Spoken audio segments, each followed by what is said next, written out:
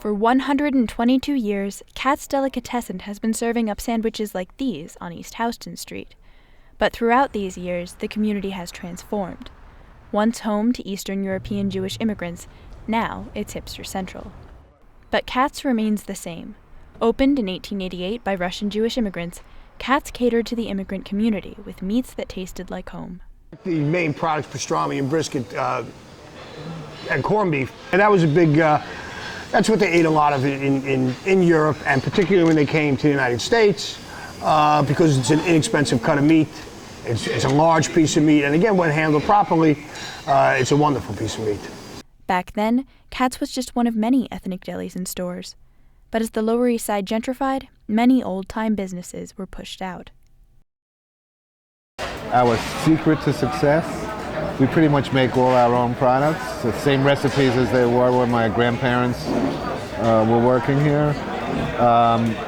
The hot dogs on the grill were made yesterday, literally. Pastrami and corned beef are done by hand, takes about a month to make them. The pickles on the table we do, the mustard is our recipe. It's not a big secret, but if you just do it by hand and do it the old-fashioned way, it'll work.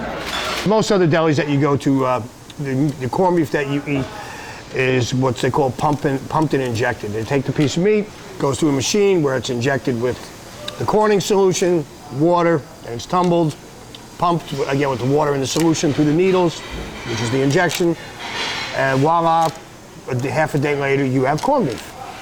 We take the briskets and actually put them in a corning solution in a brine.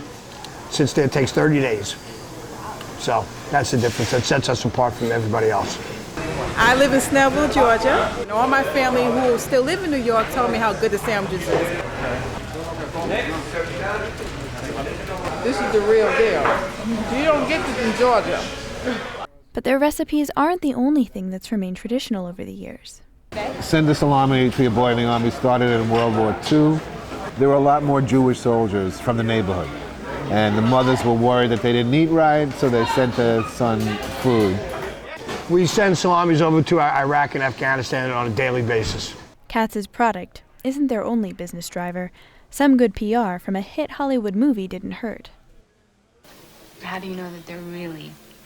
What are you saying? That they fake orgasm? It's possible. Get out of here.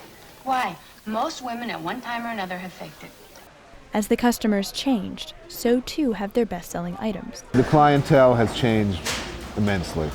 We used to be, even 15, 20, even 20 years ago, maybe 80% Jewish with the clientele, particularly on the weekend. Now it's closer to 50, I would say. 15 years ago, corned beef sold more than pastrami. There's the new section of people that are coming in that want the pastrami. A bite out of the Lower East Side's ethnic heritage doesn't come cheap. Katz's pastrami on rye will cost you $14.95. But the crowds that pack the deli every lunch and dinner don't seem to mind. For NYU Tonight, this is Christine Broomhead.